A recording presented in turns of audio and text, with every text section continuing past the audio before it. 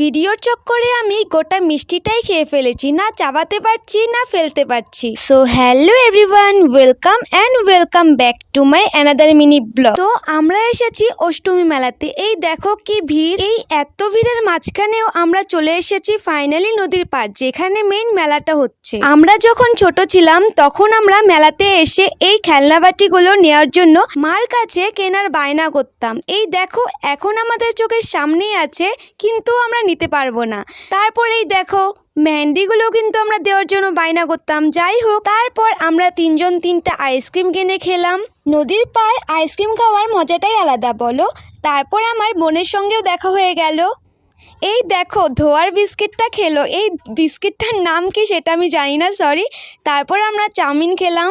তোমাদেরকে দেখানোর জন্য আমি এই গোটা মিষ্টিটাই মুখে দিয়ে ফেলেছি, না ফেলতে পারছিলাম না খেতে পারছিলাম। তো এটার জন্য একটা লাইক করে দিও।